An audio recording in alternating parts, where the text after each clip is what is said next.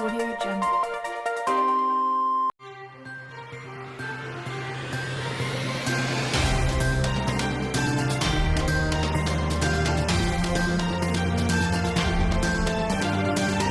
Dans le cadre de sa politique de responsabilité sociétale, l'Association des entreprises chinoises en Guinée, AECG, poursuit ses actions de solidarité en faveur des couches les plus vulnérables. Ce mardi 21 juillet 2026, elle a procédé à la remise d'un important don à la Cité de solidarité située dans la commune de Ratoma afin d'apporter un soutien concret aux personnes en situation de détresse. Le don est composé de 5 machines à coudre, 5 tables de couture, 10 ballottes de vêtements, 50 sacs de riz de 25 kg, 15 sacs de sucre de 50 kg, 5 chasses de sel, ainsi que de médicaments, des tensionnaires, des thermomètres et des produits d'hygiène. Le responsable de l'association, accompagné d'une forte délégation, a expliqué les motivations de cette initiative, soulignant la volonté de l'organisation de contribuer à l'amélioration des conditions de vie des personnes les plus vulnérables.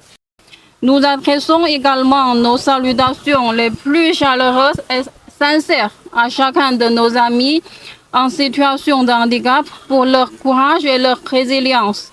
Et nous exprimons notre gratitude profonde aux autorités guinéennes à tous les niveaux pour leur soutien constant au développement de nos entreprises et à la promotion du bien-être social. 中铁18局扎根几内亚多年，是共建“一带一路”、深化中济经贸合作的骨干企业。我们始终坚信，企业扎根一方土地，就要融入一方民生，扛起一份责任。几内亚中资企业商会汇聚矿业、基建、贸易、物流等数十家中资企业，全体在籍中资企业共同坚守互利共赢、民心相通的海外发展初心。 我们不仅投资兴业、建设矿山、创造就业、缴纳税收，助力几内亚资源开发与经济发展，更始终把履行属地社会责任作为企业经营的重要一环，把关爱弱势群体、帮扶困难群众作为拉近中济民间情谊的纽带。 Implantée en Guinée depuis de nombreuses années, CR18 est une entreprise pilier qui participe activement à la construction conjointe de l'initiative La Ceinture et la Route et l'approfondissement de la coopération économique et commerciale sino-guinéenne.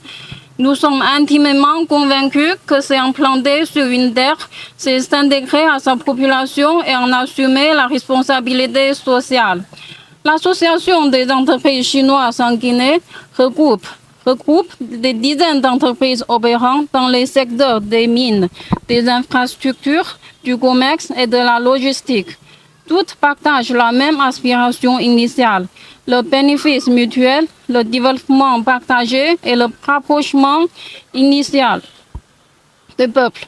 Au-delà de nos investissements, de la construction de mines, de la création d'emplois et du paiement des taxes qui soutiennent l'économie nationale,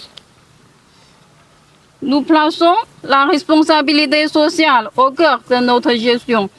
Prendre soin des personnes vulnérables et soutenir leurs plus démunis est pour nous le plus beau des bons pour sceller l'amitié sino-guinéenne. Prenant la parole, Madame Fatima Diallo, directrice du Centre des solidarités et des personnes vulnérables, n'a pas manqué de remercier les donateurs pour leur générosité et l'attention qu'ils portent aux personnes en situation de détresse.